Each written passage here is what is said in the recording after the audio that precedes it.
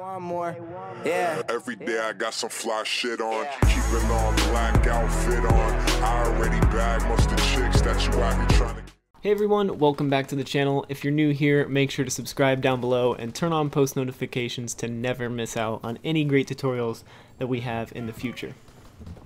What I have in store for us today, guys, is by far, in my opinion, the best and fastest way possible to upgrade in Call of Duty World War II. Now, these steps are very simple to follow, and I guarantee that this will work for you, especially if you're just beginning the game looking to rank up quickly. Now, I'm not sure why, but in all the years of playing Call of Duty, this is the first time that I have sought out to reach max prestige. Usually I would just settle for rank 55, no prestige, or whatever the max rank was at the time. But anyways, let's get on with the video and begin the list of what I have found to rank up quickly with little amount of time. Number one on my list, and these are in no particular order, is score streaks. Now, score streaks are a great way to help you level up faster in the game. The fastest way to upgrade through score streaks is by using the UAV score streak. It is very easy to get a UAV, and also you're not limited to only one per game. You can get as many of these as you can.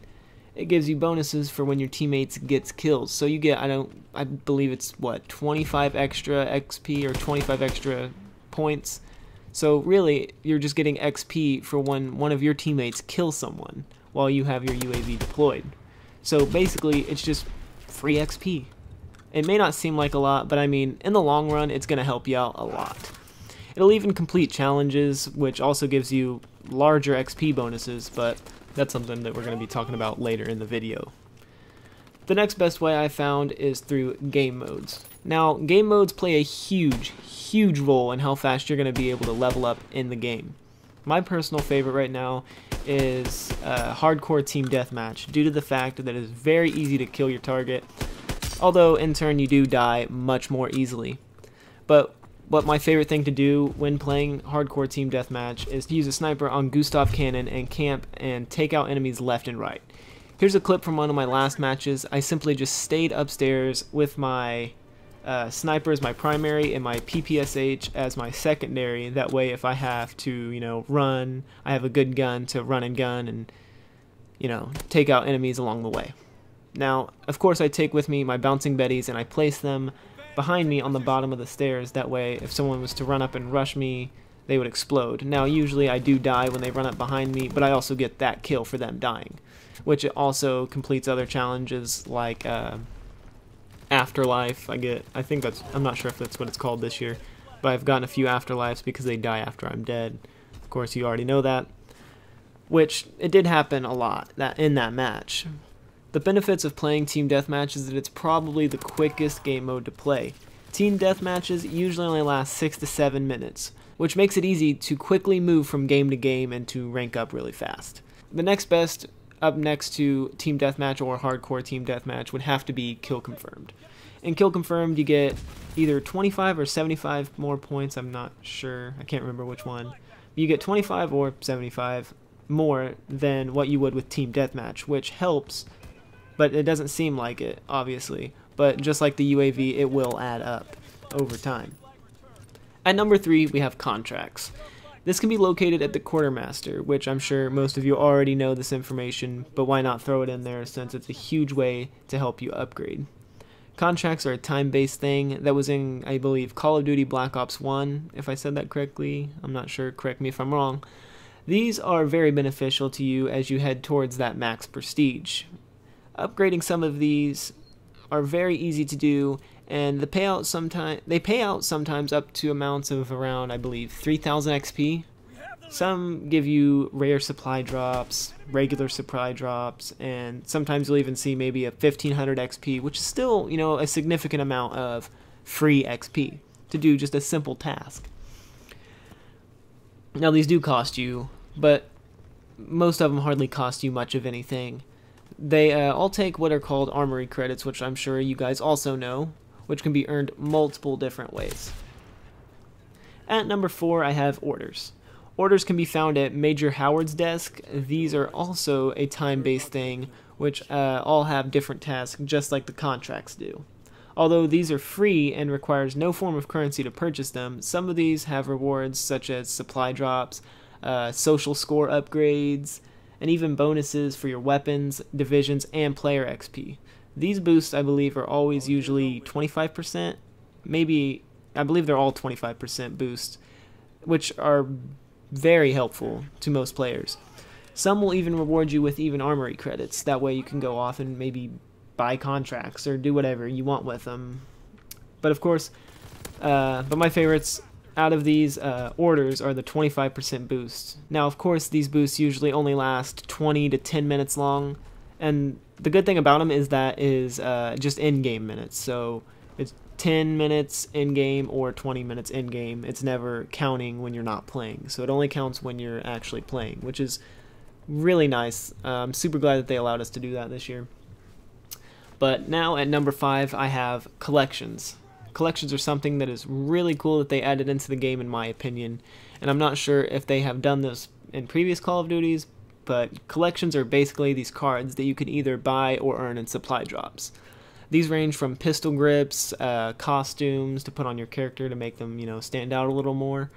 But what is really going to help you in upgrading yourself to max prestige is by collecting each and every one of these cards or grips, emotes, and I'm thinking costumes is the other one. As you already noticed about the game, is that some of these weapons have epic versions of itself. Now, these don't do any more or less damage than the regular, but it gives you 10% soldier increase on, or 10% soldier XP when using that gun, and it also does make it stand out, a little bit more. It does look, different, and it's kind of nice to show off something that you've really worked hard and earned or even bought. Now at number 6, which is a very huge part in ranking up quickly, is weapon challenges. Now weapon challenges are something that you really want to make sure that you are doing, because most of these have huge XP payouts. Like as you see, getting 500 kills with the PPSH 41 gives me around 5,000 XP. I believe. I'm just reading this off of a screen. I can't remember if that's the actual payout, but I do believe it's 5,000 XP.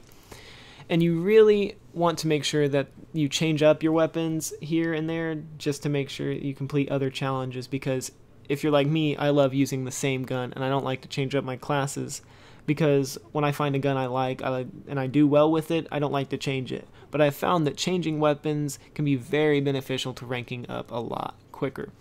Now there are those other challenges that are also going to rank you up, but I just want to keep this video nice and short for you guys. But you get the gist of the challenges. Make sure to check out those other challenges. They're also very easy to do, like the game mode challenges. Those are simple. Some of those are just so simple, and they're going to give you XP and a lot of great things. So just make sure to check those out and stay up to date on your challenges. Now, last but not least, and this one should be a no-brainer, but prestiging your weapons and your division. Now, when you get to the max rank of whatever gun you use, you obtain the option of prestiging that weapon and resetting it to where you have, no attachments. With also the ability as first prestige to put your clan tag on the gun, which I know they have done in previous Call of Duties. And at second prestige, they also allow you to have the option to put a kill counter on the gun itself, which I'm not sure, but I've noticed that on my PPSH I have the kill counter enabled, but it won't show up on my gun. I've seen it maybe once or twice, but I'm not sure if it's because I have a camo on it, or I'm not quite sure, honestly.